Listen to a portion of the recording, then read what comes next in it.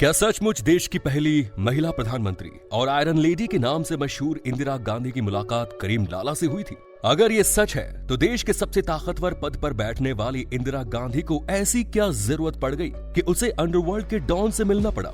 और अगर ये बात गलत है तो शिवसेना के स्पोक पर्सन ने इस मुद्दे को क्यों उठाया था? करीम लाला, जिसने 1940 से लेकर 1980 के दशक तक अंडरवर्ल्ड पर अपना एक छत्र राज किया।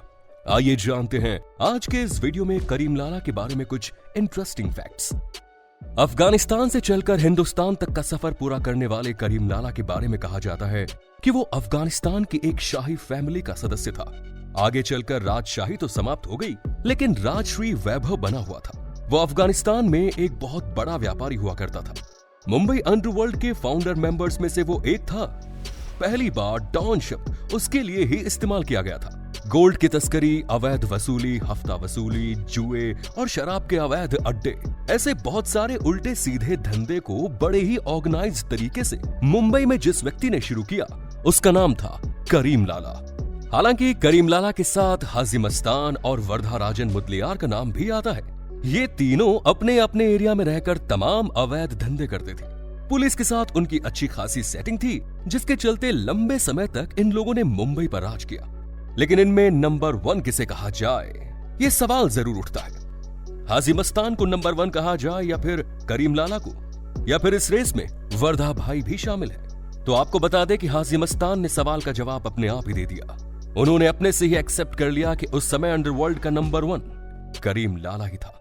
साल 1911 में अफगानिस्तान के कोनार प्रांत के शक्ल जिले के समालम गांव में करीम लाला का जन्म हुआ। करीम लाला का पूरा नाम अब्दुल करीम शेर खान था। 21 साल की उम्र में ही उसने अफगानिस्तान छोड़ दिया और पहले पाकिस्तान के पेशावर में गया। उसके बाद वहां से हमारे देश हिंदुस्तान आ गया। उस समय उनकी फैमिली साउथ मुंबई के भिंडी बाजार के सबसे घने इलाकों में रहा करती थी, जहां सबसे घनी और गरीब मुस्लिम फैमिली में से एक करीम लाला की भी फैमिली थी। यहां आने के बाद ये फैमिली नए जीवन की शुरुआत कर रही थी। करीम लाला के परिवार वाले बंदरगाह पर वो एक कर्मचारी के तौर पर काम करने लगे और बाद में ये अपने स्वजातीय पश्तूनों के साथ मिल गए और ये मारवाड़ियों, गुजरातियों, साहूकारों, जमींदारों, व्यापारियों से अवैध वसूली के एजेंट के तौर पर मिलते थे और पैसा वसूलते थे। इन साहूकारों ने अपनी सिक्योरिटी के लिए हट्टे कट्टे पठानों को गार्ड के रूप में रखा, जिनकी मदद से साहूकार अपने देनदारों से पैसा वसूलते थे। साउथ मुंबई के पौष इलाके में मौजूद संपत्तियों से किराएदारों और मालिकों को बाहर निकालवाने का काम भी करते थे। कहते हैं कि करीम लाला ने आगे चलकर मुंबई के ग्रैंड ट्रंक रोड पर अपना घर लिया। उसने जब अपने काम की शुरुआत की तो जुए के अड्डे चलाना शुरू किया। जुए के अड्डे से जब पैसे आने लगे तो आगे चलकर उसने साहूकारी का काम शुरू कर दिया, यानी वो लोगों को पैसा उधार देता था और बदले में ब्याज समेत पैसा वसूलता था। ब्याज के पैसों से इसी कारोबार के चलते अब्दुल करीम शेर खान का नाम करीम लाला पड़ गया। वैसे भी जो हमारे यहाँ उधार पर पैसे चलाता है उसे साहूकार या लाला कहा जाता है। ये कारोबार यूं ही चलता रहा।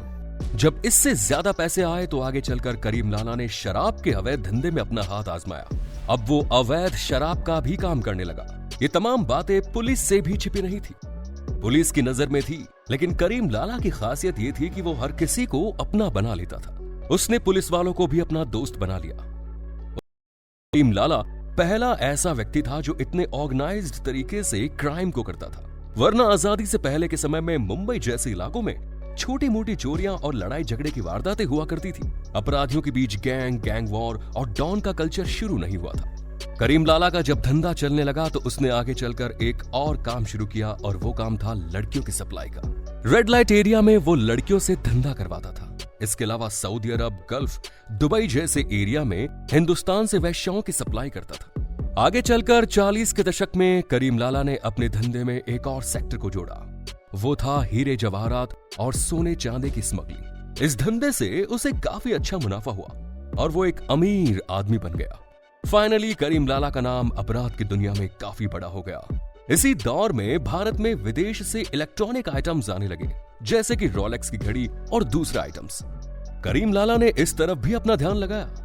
दरअसल होता यह था कि उस समय इन चीजों पर सरकार की तरफ से काफी ज्यादा कस्टम ड्यूटी लगाई जाती थी। करीम लाला ने अपना सामान कस्टम अधिकारियों की नजरों से बचाकर सीधे लोगों तक पहुंचाना शुरू किया। इस कंडीशन में उसके पास आने वाला सामान काफी सस्ता होता था और इन इलेक्ट्रॉनिक आइटम्स की तस्करी के जरिए वो मोटा मुनाफा कमाता था। करीम लाला के साथ काफी संख्या में लोग जुड़े हुए थे जो उसके उल्टे सीधे धंधों में काम करते थे। आगे चलकर उसने अपना एक बड़ा गैंग बनाया और इसका नाम रखा पठानी गैंग। अपने धंधे की शुरुआती दौर में करीम लाला पठानी सूट पहन करता था। वो खुद भी एक पठान था। आगे चलकर उसने अपना पहनावा और हुलिया दोनों ही बदल लिया। जब उसके पास पैसे आए तो उसने सूट पहनना शुरू कर दिया। करीम लाला का धंधा काफी अच्छा चल रहा था। आगे चलकर इसी धंधे में हाजी मस्तान ने भी अपना सिर उठाया। जब बात आमने सामने हुई तो दोनों ने आपस में समझौता कर लिया।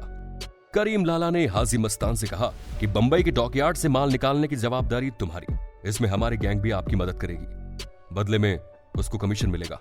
मुंबई के भीतर का काम करीम लाला और उसकी गैंग संभालती थी और मुंबई को दो हिस्सों में बताकर करीम लाला और हाजी मस्तान अपना अपना काम कर रहे थे। आगे चलकर इन दोनों के बीच में एक तीसरे व्यक्ति ने एंट्री मारी।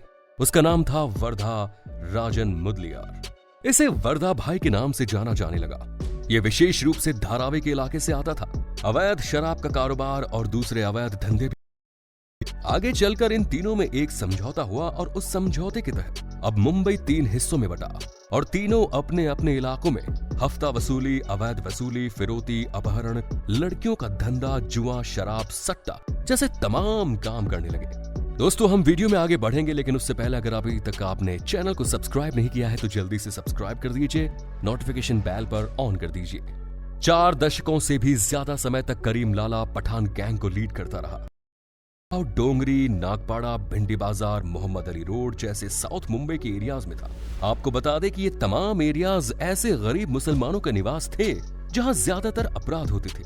ये पठान गैंग अवैध जुआ, सट्टा, शराब के अवैध अड्डे, अवैध धन वसूली, जमीन पर अवैध रूप से किसी को बेदखल कर देना, अपहरण, हफ्ता वसूली, कॉन्ट्रैक्ट किलिंग और ड्रग्स और नकली नोटों के कारोबार करते थे। अपने कारोबार के लिए पठान गैंग ने कैरम खेल का सहारा लिया। कैरम क्लब का संचालन उनकी तरफ से हुआ करता था, लेकिन यह केवल एक दिखावा बस था। हकीकत में इस कैरम क्लब की आड़ में सभी तरह के अवैध धंधे होते थे जिससे ये अकूत धन कमाते थे। आगे चलकर करीम लाला के पैर में कुछ प्रॉब्लम हुई जिसकी वजह से लंगड़ा कर वो चलने लगा। जब पैसे आए तो अब वो सफारी सूट पहनकर चलने लगा। विशेष रूप से सफेद रंग का कपड़ा उसे बहुत पसंद था। वक्त बदला और बदलते वक्त के साथ अब वो अपने साथ छड़ी लेकर चलने लगा। आगे चलकर करीम लाला के नाम के साथ साथ जहां कहीं भी ये छड़ी जाती तो करीम लाला का आदेश पहले पहुंच जाता और उसके आदेश का पालन सभी को करना होता। करीम लाला अपने घर में रोज एक दरबार लगाता था और उस दरबार में बैठकर वो लोगों की समस्याएं सुलझाता था, लोगों को न्याय करता था। यदि किसी का आपस में कोई झगड़ा होता है तो वो उसका निपटारा करता था। कहते हैं कि उस दौर में मुंबई के बड़े बड़े लोगों के साथ साथ कई बार मजिस्ट्रेट भी अपने मामलों के निपटारे के लिए करीम लाला के दरबार में हाजिरी लगाते थे। करीम लाला का नाम लोगों से उनके घर खाली करवाने के लिए भी जाना जाता था।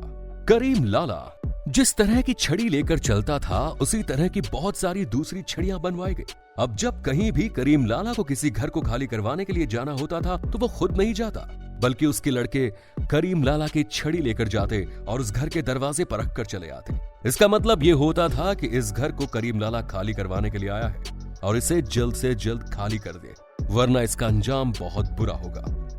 इस छड़ी का असर कुछ ऐसा होता था कि जिस किसी भी प्रीमाइसिस के आगे वो छड़ी रख दी जाती थी, कुछ ही घंटों में उस दुकान या घर का मालिक या किराएदार उस प्रीमाइसिस को खाली कर देता था। फिल्म इंडस्ट्री में भी करीम लाला की अच्छी खासी पकड़ थी। लोग अपने मामले सुलझाने के लिए भी करीम लाला के पास आते थे। अगर कोई प्रोड्यूसर किसी कलाकार का पैसा रख लेता था तो वो करीम लाला के पास आ जाता था और करीम लाला उसका पैसा उसे दिलवा देता था। कुल मिलाकर 1980 तक पूरी मुंबई पर करीम लाला ने एक छत्र राज किया। इसके बाद मुंबई में कुछ लोगों ने सिर उठाना शुरू किया, जिनमें 2 नाम सबसे ऊपर थे, शब्बीर इब्राहिम कास्कर और दाऊद इब्राहिम कास्कर। ये दोनों एक पुलिस वाले के बेटे थे और स्मगलिंग की दुनिया में अपना नाम बनाने की कोशिश कर रहे थे। विशेष रूप से दाऊद इब्राहिम इस मामले में काफी एक्टिव था। वो अच्छी तरह से जानता था कि अगर उसे मुंबई पर अपना एक छत्र राज करना है तो उसे पहले से जड़े जमा चुके तीनों गैंगस्टर्स को निपटाना पड़ेगा। हालांकि उसका रास्ता आसान हो गया। इसका कारण यह है कि 1980 तक वर्धा राजन अपना काम समेट चुका था, हाजी मस्तान ने पॉलिटिक्स ज्वाइन कर ली थी और इस लाइन से तौबा कर ली थी।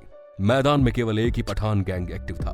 अब पठान गैंग और दाऊद इब्राहिम गैंग के बीच की टसल शुरू हुई। साल 1981 से 1985 के बीच इन दोनों गैंग के लड़कों ने जिस तरह गैंग वॉर और खून खराबे को अंजाम दिया, उसे देखकर तो पूरा सिस्टम ही हिल गया। जिस तरह दोनों गैंग के बीच लड़ाइयां और खून खराबा होता था, उसके लिए गैंग वॉर शब्द का इस्तेमाल किया जाने लगा।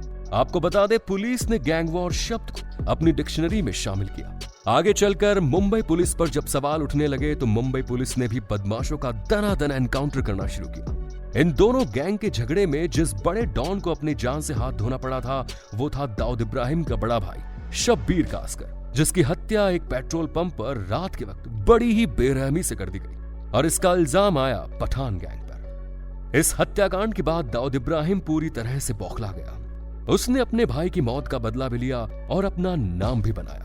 1981 में दाऊद इब्राहिम के भाई शब्बीर कासकर की हत्या हुई थी। इसका बदला लेने के लिए दाऊद इब्राहिम ने 5 साल मौके का इंतजार किया और करीम लाला के भाई रहीम लाला को साल 1985 में मौत के घाट उतार दिया।